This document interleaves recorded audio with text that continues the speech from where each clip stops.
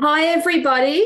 Welcome to today's webinar. I am Sharon Harvey, and I will be your host today with Business South. And we have our presenter, Chris Davis from the Van Diemen's Project, who will be our guest speaker for today to talk about all things linked in for small business. So I will just check to make sure that Chris is here with us. I certainly am, thank you, Sharon. Wonderful. However, I don't appear to be able to share my screen. Oh, okay. Let me just have a look at that for you.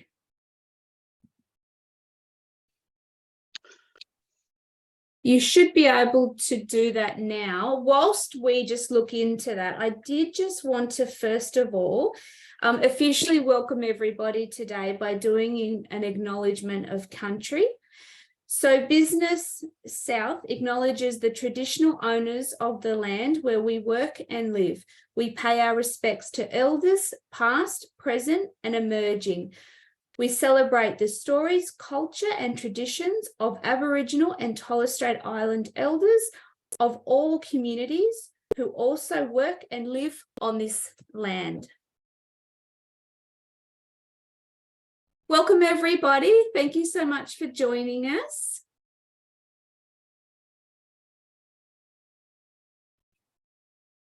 We have Chris here today from the Van Diemen's Project, who is our guest speaker today to talk all things LinkedIn for small business. So I'm sure that Chris will share with you a little bit about the Van Diemen's Project and the amazing things that they're doing there. So without any further ado, I'd like to pass it over, and a big thank you to Chris for joining us today. Over to you.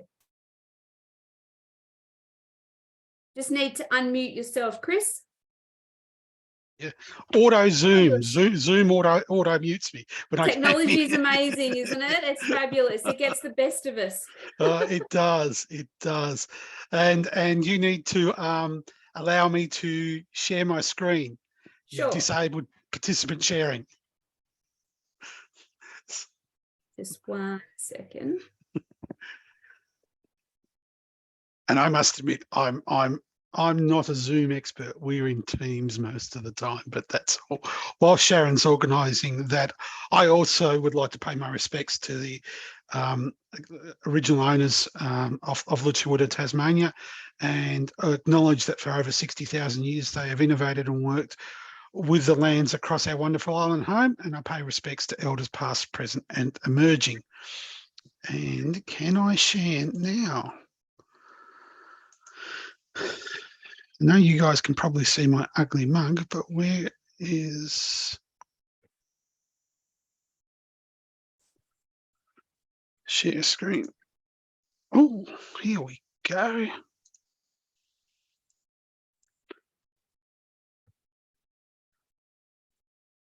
Hoping you can all see the screen. You will be if I click share. There we go. We hopefully going to edit this, Sharon, in the recording so that we don't put in all our mistakes. But that's all right. Oh, that's okay. We're all human, and that is perfectly fine. The stage is now yours. Take it away. Thank you. As Sharon said, my name's Chris Davis. I'm co-founder and general manager of the Van Diemen Project. At the Van Diemen Project, we have the vision that through business, everyone can achieve great things. And why do we do that? Because opportunities matter. And we want to help everyone make the most of their opportunities. So no matter whether you're a person turning a hobby into a business and doing a little bit more, or whether you're looking to have world domination, we're here to help and make the most of your opportunities with that. We do that through our values. And our values are listed there. We're inquisitive minds. We are always curious. We're seeking more opportunities and we're seeking to ask questions. We build as a village and we work with people, and the collaboration that we do with Business South is a really good example of that, referring people into Business South as they bring people to us as well. And it takes, in my view, it takes a village to build a business, and let's make the most of what we can. And most importantly, when we work with people, it's people we work with, and they are part of a business, but they are the most important part of the business, and people need to be centered of everything we do. We teach people to fish. Whilst we can do some of the work for you, what we really focused about at the Van Diemen Project is giving you the skills and capability for you to be able to do the things that we teach you how to do. So we teach you, and today's a really good example of that. We're teaching you how to fish, how to build a great LinkedIn profile, and we're uncompromised, which means we'll provide you frank and fearless advice, and we'll do our very, very, very best to make sure that we're supportive when we do that, but we will always tell you the truth as opposed to what we think you want to hear. Sharon mentioned we do a whole programs, and we do a whole heap of programs at the Van Diemen Project. vdp.com.au is one of our websites, but what the main program that we run and access to is 3 hours of one-on-one mentoring with a subject matter expert. And we have a whole range of subject matter experts. We have e-commerce specialists, we have business model experts, we have pricing specialists, we have marketing experts, social media experts, a whole range of people from that. And there's 3 hours of one-on-one mentoring. The conditions of that is you must have an ABN, your business must be for profit, and that means have the potential to turn a profit, not necessarily be profitable at this point in time, have less than 20 full-time employees, and your advice can be on anything you need to help with. And if you want to learn more about that, digitalsolutionstas.com.au is a website that will do that, and that'll show you some of our mentors that we have available for you to be able to meet one-on-one with. So before I start talking about LinkedIn, I thought it was really important to talk about networking, because that will then flow into what we're doing online. So what is networking? It's talking with people who will learn about you and your interest, and then help you gain an insight into your options and your goals. It's a two-way process. It involves developing and maintaining connections with individuals for a mutually beneficial relationship.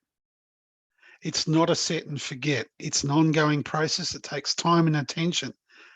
It's not something you'll only do when you're looking for a job or when you're looking to sell things. It's something you need to do on a regular basis. And like all things in your business, I'm sure Sharon and the team at Business South will talk to you about along your business journey. It's about having a structure and have a strategy towards it. So it requires preparation and practice. It can be done in person and online. And LinkedIn is a really valuable tool for the networking, and particularly in the business to business space. It's really important to remember when you're networking that you are asking for information and advice, and you're not asking for a sale. It is not appropriate in a networking event to ask for a sale. It's very appropriate to have a follow-up meeting and have a coffee and find out more things about them, or go to their place of business or their home or whatever the case may be. Or have an online meeting in that case, depending on what your business is doing. It is that the networking event, no matter whether it's structured online or whether it's face-to-face, it is not a place to sell goods and it's particularly services. It is a place for introductions and to provide things of benefit, so people will then want to move on. Really happy to have conversations with that as we go through and asking questions. And I will say, I'm happy to take whatever questions you have there, and I'm sure Sharon's monitoring the chat platform, and she'll butt in when she needs me to, and that's fine. I'm happy to answer along the way, or we'll save them to the end, and happy to answer all questions. So, and remember, it's really important. I think in communities like the Tasmanian-wide communities, and as we get more regional and down through the Huon or through the Tasman or on the east coast of Tasmania or wherever you may be, it's just not what you know, it's whom you know, or who they can connect you to, or who you can connect them. And networking is a reciprocal activity. It goes both ways. You will only get out of it what you put in, and people will only give you what you give them in return. So it works both ways. And LinkedIn, and the reason we're talking about networking before we're talking about LinkedIn, LinkedIn is a really powerful tool for that. And it's one of the social media networking tools. So why is networking important? It will be the single most effective way of advancing your business. I started consulting in 2008 as a sole trader, long before the Van Diemen Project. And my whole business for the first 3 years was gaining business from people I knew. And then it was then people I'd work with, they would then refer me on to other networks to be able to do that. Networking will provide you more work.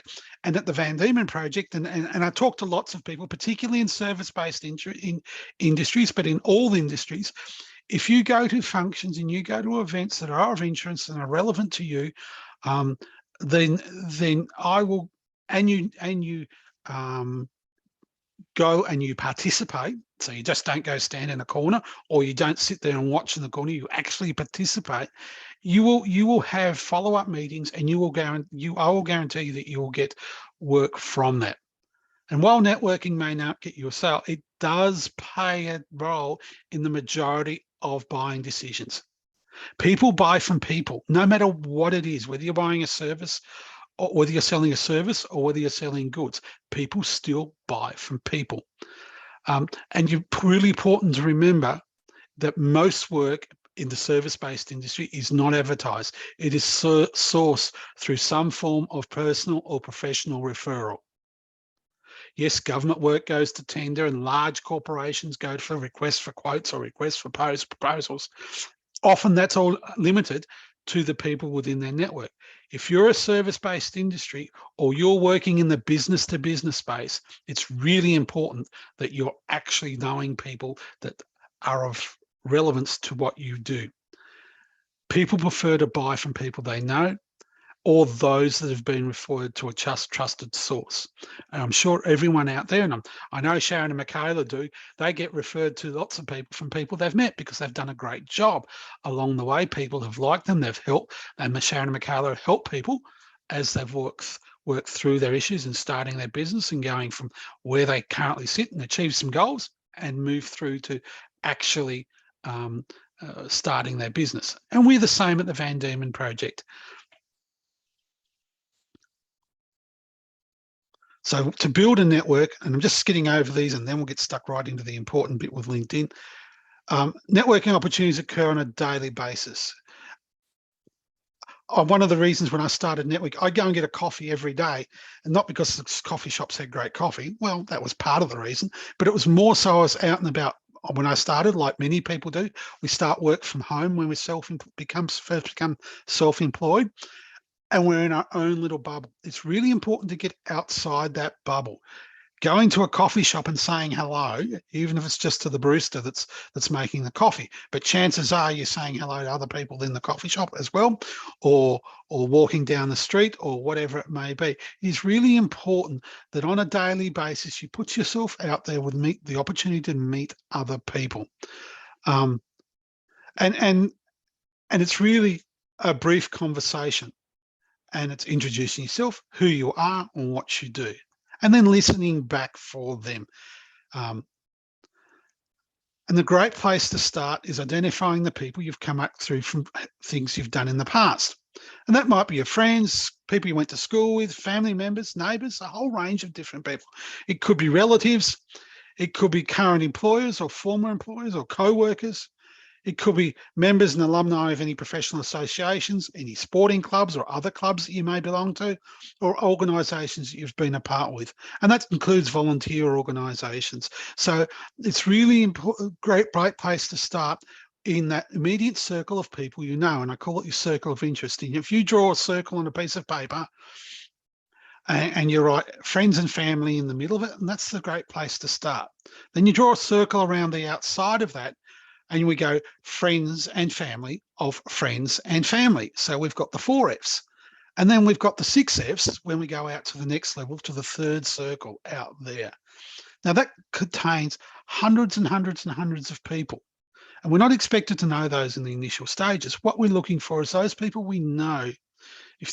Now, believe it or not, I'm an introvert. I don't like networking, but I start with something small with people I know, and then we work out to people they know, and then we work out to the people that they know. So networking is like LinkedIn. Building your LinkedIn network is exactly the same. We can do this by attending events and presentations and workshops that interest you. I know Michaela and Sharon quite regularly do the coffee club meetings around southern Tasmania. Get yourself to one if you haven't already. They are really good mornings. When you go to those events, make sure you introduce yourself to the speakers and the hosts of those events at a minimum, but find them 1 or 2 other people to do. Another really valuable thing that I've found is volunteering for a cause that you love, whether that be joining the board of an organisation of a cause that you're passionate about, or a sporting club, or whether it's coaching this kids' footy team, or whatever it may be. There are all ways you can start your networking process and be able to hone your skills. And then identify other people you would like to talk to. You consider industry roles, because networking is not just about generating work. Network's about gaining knowledge and about gaining a lot of benefit along the way. So researching in industry and trade publications and websites and magazines and the like. And then the next step, and the step that if you haven't already done it, I want to walk you through today, is create a LinkedIn profile, connect to the people you know, join groups that are appropriate, and away we go, and networking becomes really simple. So what is LinkedIn? LinkedIn is the largest online professional networking platform.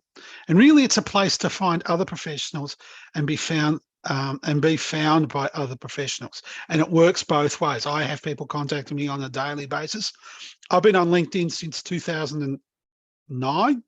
And when I started consulting, I was on 2 forms of social media, LinkedIn and Twitter.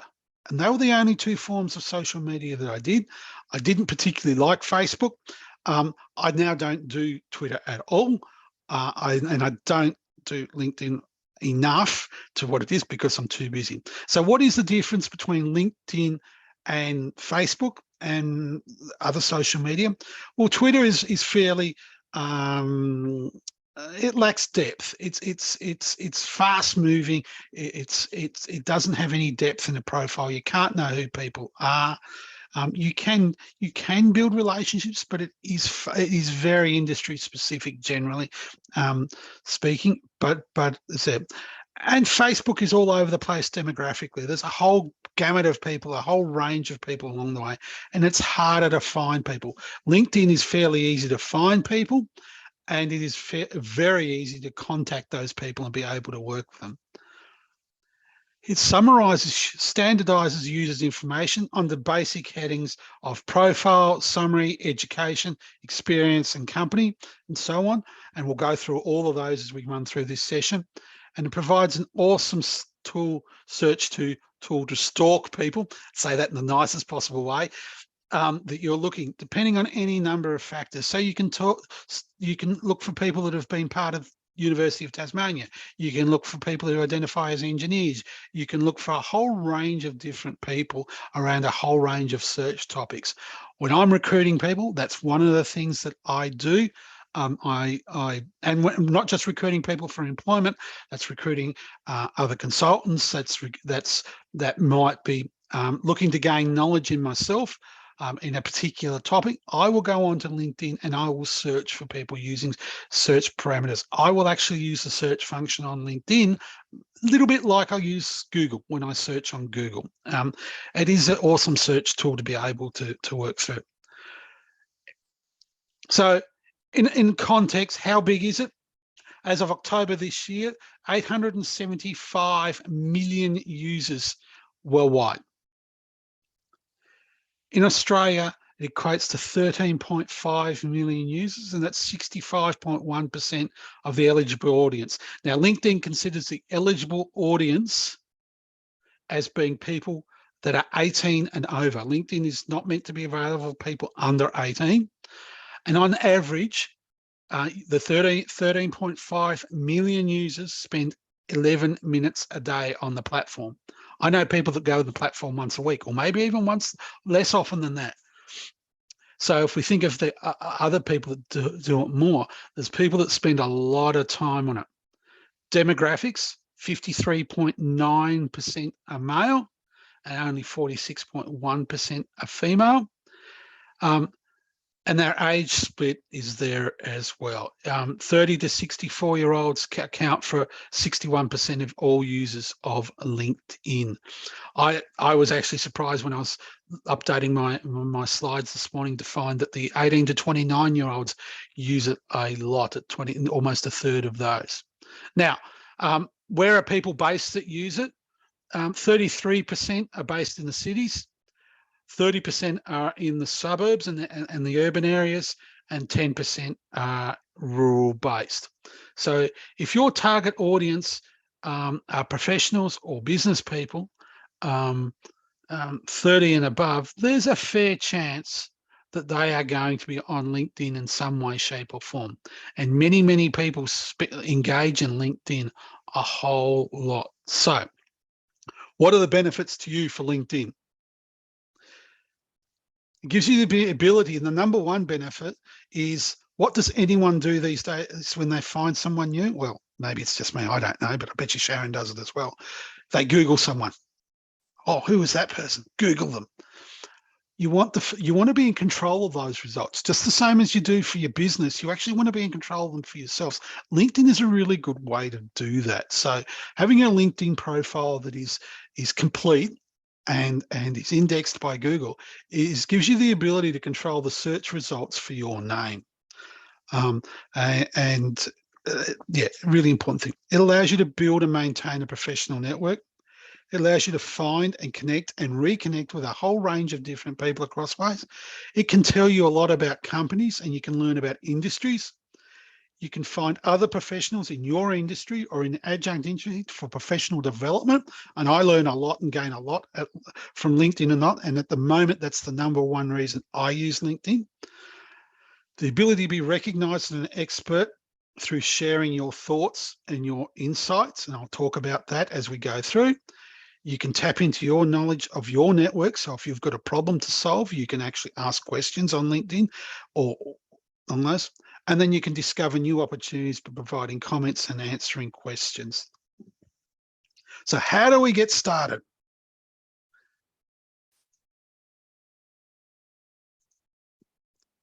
We go to the sign up page. So if you don't have a LinkedIn profile, linkedin.com/start/join, and you'll get a screen image pretty much like the image on this. To sign up, you need your name, your email address, and a password. Of course, your password should be strong, and it shouldn't be a password that you've used before.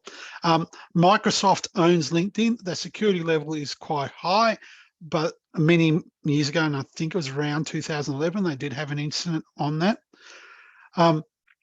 So sign up with your name, your email address, and your password. Use your real name. This is about you. This is about you being professional in business. Don't use pseudonyms or anything like that. This is about you.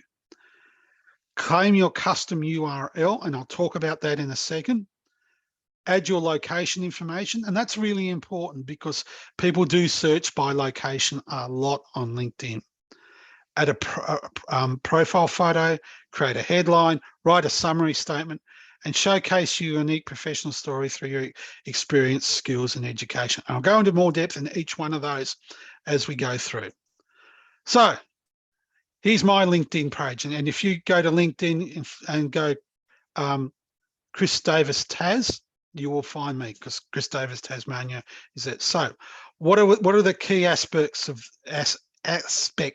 this? In the large red box at the top, we have my profile picture, and then we have the heading there. I tend to make that heading fairly plain and simple, hence the polygons with the black, former logo that we had at VDP. I maybe should update that. And if you look on this, and this is a screenshot, so I can't update this and show this on here. But at the end of it, if you want me to walk through any of this, I'm really happy to do that. If you click the pencil at the top, and you can edit any of those. I then have my title and my name and where I'm from on underneath that large one. If you notice on the right-hand column there's a thing called Edit Public Profile and URL. You can then start editing your things from there. I strongly recommend having something that is relevant for you. And hence, when I signed into LinkedIn, I chose to have Chris Davis Taz as part of that. So that's where we're going with that. Now, when it comes to LinkedIn, photos are exceptionally important. I recommend thoroughly a headshot of all that with a relatively plain background, with no distractions in view.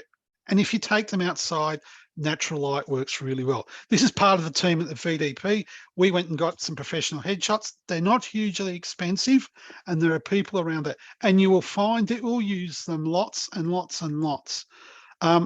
Make sure you portray yourself as what you want to be seen as your audience. So don't try and do portray yourself as something as you're not. As an example is some pretty ordinary photos that we've had there. And I actually found that by Googling bad LinkedIn photos. And this is what I've got. The one guy's taken on a whole heap of stuff there that he's done. So LinkedIn ranks profiles that are 100% complete. If you don't have your photo, you're not 100% complete.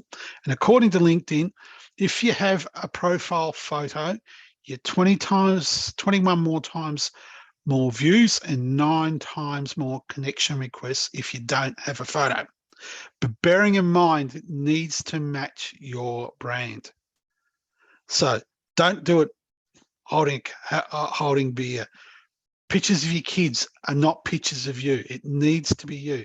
If my ugly face can be getting on LinkedIn and put my profile picture on, I'm sure yours is better than mine. So be sensible, be professional. That doesn't mean you can't wear workwear. If that's what you do, you can have your picture taken in what is relevant and authentic to you. But is that what you want? If you have somebody that wants to employ someone to do $100,000 worth of work in your industry, does your profile picture match someone that we would like to employ to do $100,000 worth of work? If the answer is no, the answer is you probably don't have the right photo from that. So think long and hard about the photo that you choose. And yes, you can take a selfie, probably not with the arm stretched out like this, like that. If you're going to do it, get yourself a tripod and put your camera on display, on delay, and take a picture like that. Make sure your lighting is correct, make sure all things are working like that. But I would advise for somewhere between $50 and $70, you can get a couple of versions of a headshot taken with a photographer. And many photographers need help in doing lots of things, and some of them will work for barter type situations. Or if you know someone with an amazing camera with amazing things, yeah, look for that. Look for things that will stand out and contrast in the background too. So in my experience, brick walls are fantastic to take pictures in front of. You can do lots of things with that. So yeah, your photo is really, really important, and it's important that it represents you in a professional manner. The next step is your profile content. So you need to be found in searches. Like everything in this day and age, it's an online content. LinkedIn's obviously an online content. You need to be found in searches. Keywords, classic, is really what you need to do. Just as your website, and you might have heard of search engine optimization on a website, that is relevant to your LinkedIn profile. So what words do you want to be found with? What words are relevant to what you do? They are important to be able to have that. So make sure you come up on the right kind of searches by using your industry relevant job titles. Chief motivator is probably not something someone's going to Google as opposed to human resources director or manager. So whilst your role might be to motivate people in the business and to keep people on board, somebody getting chief motivation is not something people are going to do Google in LinkedIn profiles. So use what is relevant to your industry and or keywords for people are going to type. So once you identify your top keywords, add as many as you can in the sections. The sections that you can is the headline, which is the most important. And again, I'll show you displays of these in a moment. Your current job title, summary, your interests, and the LinkedIn search tool searches the entire profile. So insert your keywords into Google. And again, Google searches LinkedIn. So keywords coming through that, you may be found on LinkedIn before you're found on your website. Sometimes getting found on LinkedIn is easier in a really competitive market than getting your website found, particularly in your early stage whilst you're building ranking and reputation in your search engine optimization. So the headline, it really depends on your profile goals. So I've put my business partner's profile here because Adam I have a pretty boring headline, and I say general manager and principal advisor on my LinkedIn profile. Adam uses unlocking momentum in education and entrepreneurship everywhere. And he's used the word everywhere because at this point in time, he is in India talking entrepreneurship and the sustainable development goals. That opportunity comes through LinkedIn. So what are your goals feeling? What are your profile goals? It can be general and straightforward, which is what I do. Adam chooses something different, deliberately showed that. So we've highlighted Adam's in the red there. Can also tell viewers what makes you unique and includes as many keywords as possible. If you want help, LinkedIn has a whole range of topics there that you can have from that and help topics. And there's a link in this, and I'm really happy to send this presentation through Sharon so people can click on the links and copy the links so don't madly scurry them down and make a mistake. We will send this through, and Sharon can send it through to the whole email list, or I'm happy to email it out along the way, whichever's easiest for you guys. So we've now got a headline statement in place, and then we've got a summary statement. And it's the main place for you to stand out. It adds a story element to your experience and your aspirations. So you should be telling a story. You should be authentic and true to yourself. Be concise about your experience, your qualifications, and your goals, but it needs to have compelling narrative weave throughout it. It should describe what motivates you, what you've done, and what you're skilled at. And again, I harp on it again, but it is really important to use keywords and phrases that your target audience might search for. And some examples there might be product management, graphic design, data analysis, landscape design. It could be a whole range of things, and there's just so many it comes in. Each industry, each individual is unique with that. You need to sit down and think about that. The other thing I suggest you do is read some summary statements of people in your industry that you think has high quality LinkedIn profiles that have, and how do you tell that? They have lots of connections. They comment on lots, they're using LinkedIn a lot. The chances are they're going to have their profile filled out properly. It is okay, it's not okay to steal what they do, but it is okay to somewhat imitate and learn from what they do, and to take advantage of what they do, there's mistakes that they've made on the past, and learn through that. So how do we write a summary? We set the scene.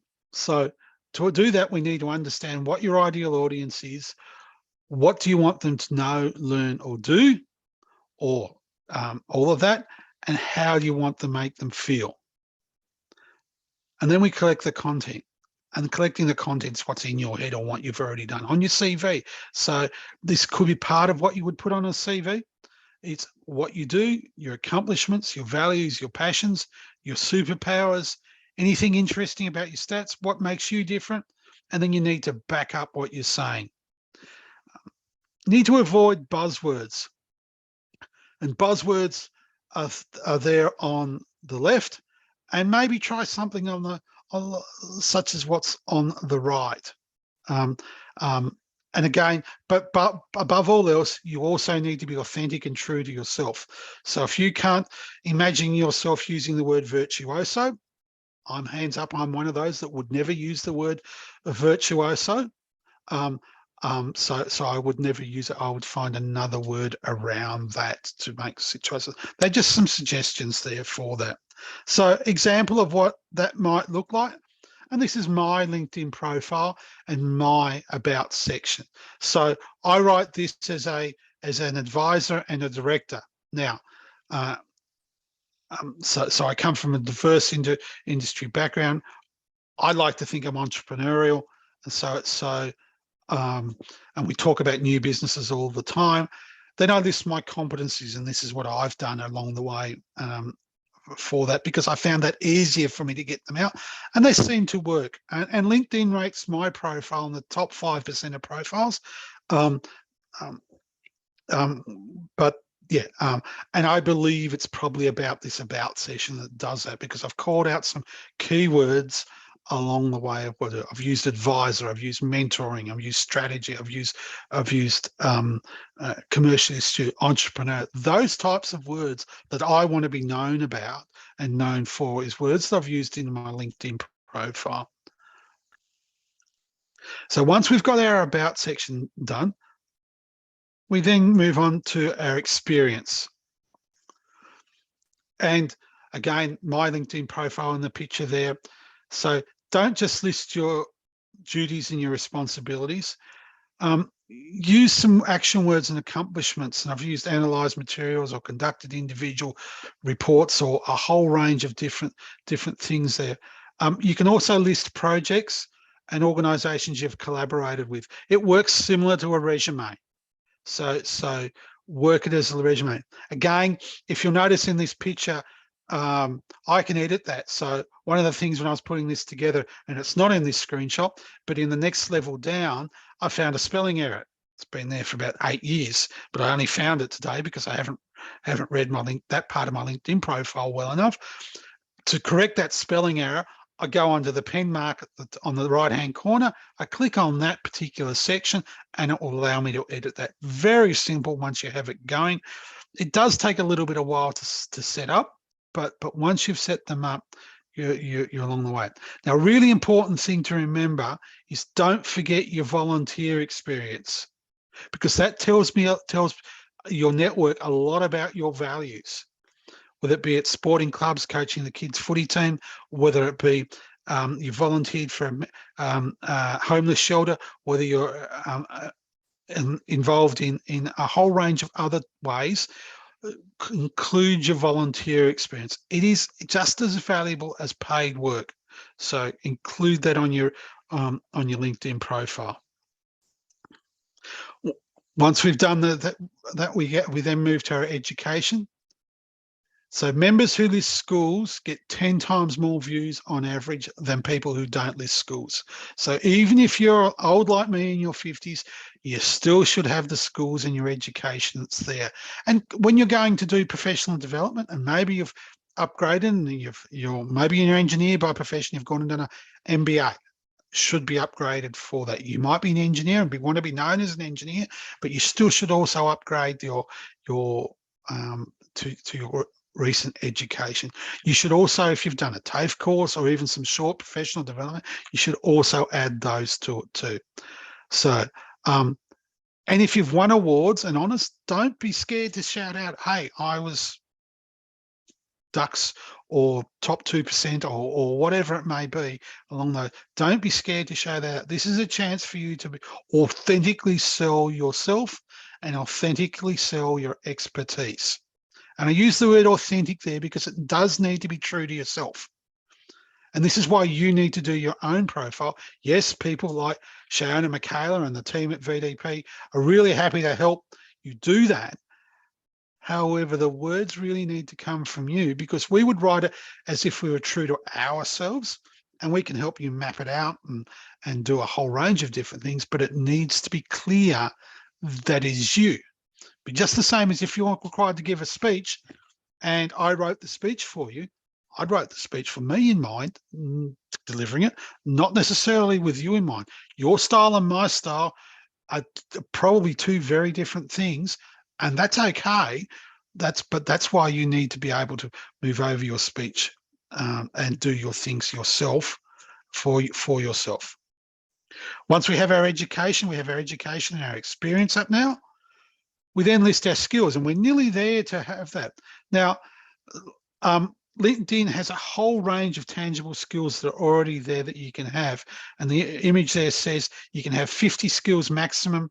And there are two types of skills. There's industry knowledge and there's interpersonal skills. People who list more than 5 skills increase their views by 20%. And what actually happens is people will then go and endorse people for skills along the way. So I just took a screenshot of mine there, and you can see that 49 people have endorsed me for strategy, 30 people for business planning, so on and so forth. That's not so much to blow my own trumpet, other than people who recognize the skills. You need to have what's relevant to you, and people will endorse you from that. And you need to, sometimes it's okay to ask for those endorsements. If you've got friends that you've done a good job with and colleagues that you're doing good work with and you're endorsing her, and sometimes it's a little bit scratch your back, scratch my back, but also be authentic within that process as well. Again, as you run through, skills is down towards the bottom when you're putting your profile together. And then we've got our skills. So we've got our about section done. We've claimed our LinkedIn domain. We've then got our experience and our about section done. And we've got our education and our skills.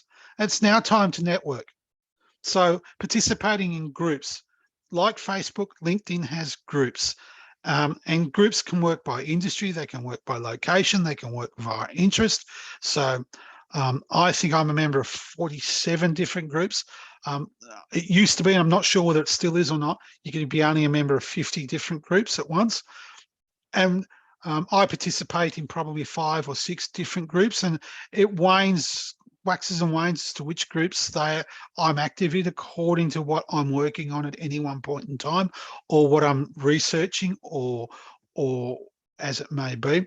And groups are hubs that provide place for professionals in the same industry or similar interests to share content, ask questions and find answers, post and view jobs, make business contacts, and establish themselves as industry experts. As a company director, the Australian Institute of Company Directors is one of the better groups for directors that I've been part of, and it's very active and the like. I'm interested in registered training organisations. I'm a member of a number of those groups.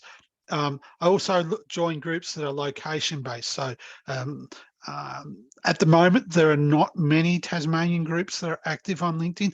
Over times gone by, there have been, and they've been very helpful for that. Once you've joined a group, you don't just join and sit there and look at it. You need to be an active participant.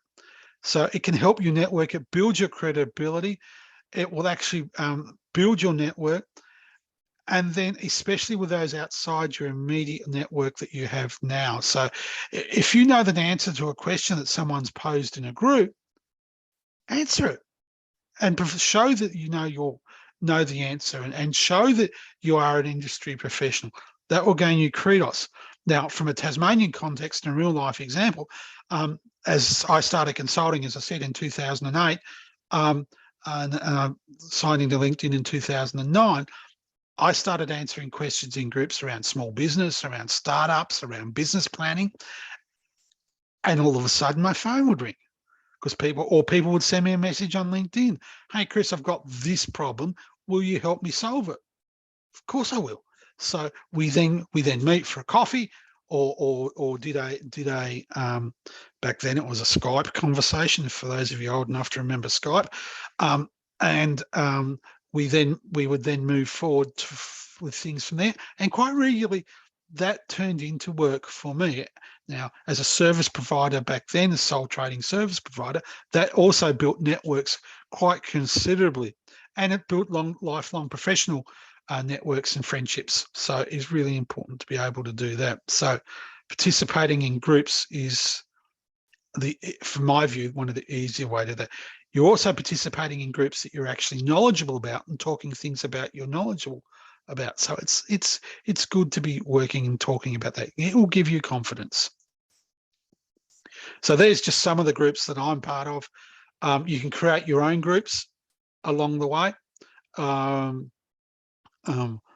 There's a whole range of different groups. As I said, I'm a member of 45 different groups. If you just Google groups, if you search groups on LinkedIn, there at the top in the search bar, you'll find a whole range of different things along the way. LinkedIn will suggest groups. You can narrow them down by region, you can by interest. There's a whole range of ways to join groups. So once you've got your game, you're starting, get engaged. Like everything, you'll only get out of it what you put into it. So post strategically, start off once a week. You don't need to post every day. Again, this is Adam. I've put a screen there with these. Think about how you're trying to build your influence. The LinkedIn algorithm, and there is an algorithm for LinkedIn, just like there is for Google, it values quality, engagement, and credibility. So to do that, you need to engage with others' posts too. And that's by liking and commenting on them. And if you're liking and commenting on them, you will actually see people that will actually reach out to you. Hey, I really liked your comment on such and such. Can we catch up and meet around chatting about that? And people will reach out to you along the way. So we now have you going, and you've got yourself going in LinkedIn. And LinkedIn is really about the individual. You can have businesses on it, and I will talk briefly about that now. So you go to LinkedIn /company/setup/new.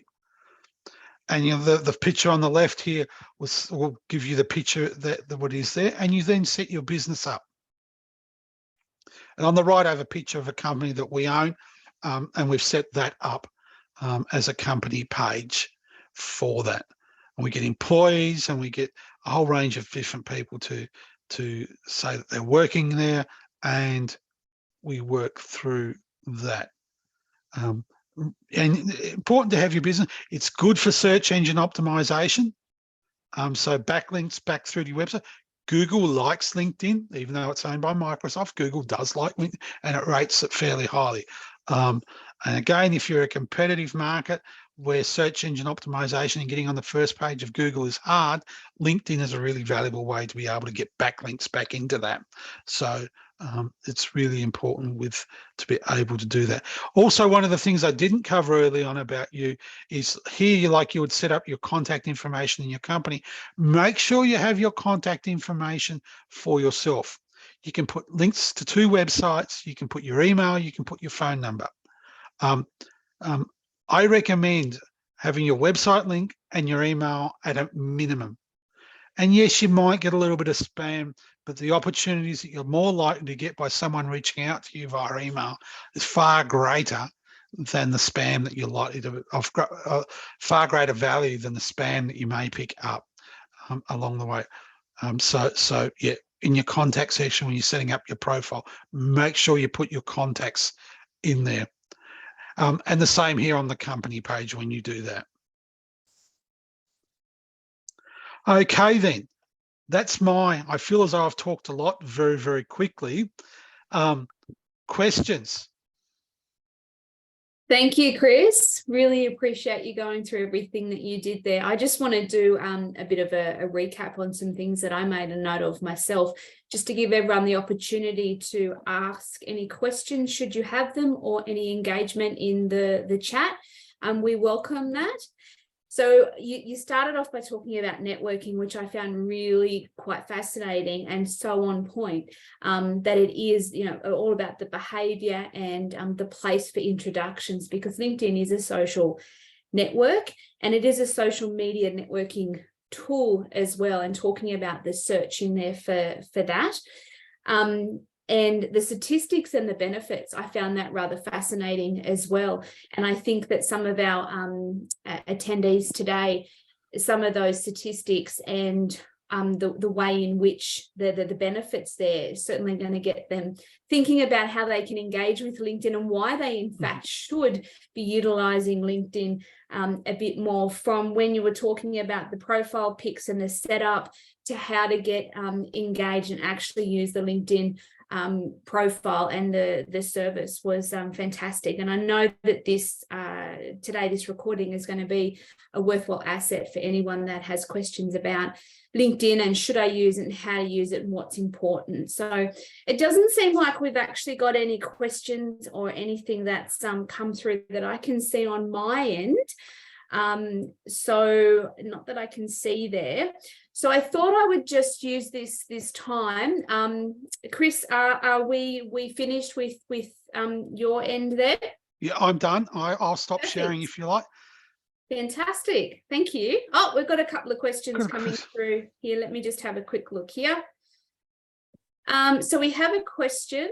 I'm a sole trader, a yoga teacher. Do you recommend? Yep, I'll leave that to you, Chris. Yeah, Tanya, I do recommend that you set up both, because you will be as an individual and you might say things individual and participate as an individual as well as your groups. Now, undoubtedly, LinkedIn is more about the individual than the business, but I would still set up the business and I would post occasional things as your business to keep content flowing through. And maybe you might do a video or a blog or a top tips for yoga or whatever it may be along the line. And you might tip those and then you might share them as an individual. So you're having both bites of that. So I would do both if it was me, Tanya, very much so. No problem at all, Tanya. Caroline, just wondering about the business page. Are there certain restrictions on setting one up? I know I've tried very hard, but it was difficult. It is not as simple as it could be, Caroline. Really happy to have myself or one of the team sit down and with your friend and do that. As I said, there's 3 hours of mentoring available to anyone, and whether it be myself or one of the other team, all of us, most of us are proficient in setting up LinkedIn profiles. So really happy to do that. The only dumb question people ask is the one they don't ask, and we can't help with that because they don't ask it. So, and I'm sure that Sharon and Michaela would be, depending on where you are. But again, really happy to sit down and work through that with your friend if you like. So please, I've just put this slide up because it has our contact details on it. Yeah, hope that it helps, Carol. Fantastic. Thank you, Tanya and Caroline, for asking those questions. So what's coming up next? So in December, which is now and our last month of 2022, we have a final event coming up, and that is our Coffee and Connections at the beautiful Botanical Gardens. And we have a very small handful of spaces left available. So please head on over to our website, businesssouth.org.au, and go to the events tab, and you'll be able to check in and book for that. Please do go and follow us on Facebook, Instagram, and also too on LinkedIn. Don't forget to subscribe to our email list on our website. It's really important that you head on over to the website and subscribe, and that will ensure that you're kept up to date with all of the webinars that we run online like today, and all of our networking opportunities and our in-person workshops that we run as well. That is the place to be if you want to be kept up to date and informed. And as always, don't be shy, hit reply. You will get an email from us, and it will have the recording of today and any information that is relevant to share with you from today's conversation and training with Chris from the Van Diemen's Project. So once again, thank you, Chris, for joining us today. It's been absolutely super valuable, and I know we're going to have some questions flying left, right, and centre. So thank you very much. You're more than welcome. I got a little plug too, Sharon. We've got 2 workshops coming up as well that are free for people to join. If you jump onto VDP, Van Diemen Project's socials, you'll find them there. There's one, I think it's tomorrow, with the wonderful Karen Parkinson from Unstoppable, hosting an e-commerce website session. So how to set up your e-commerce store. So recommend that everyone jumps on that. It's free and you'll find details at vdp.com.au.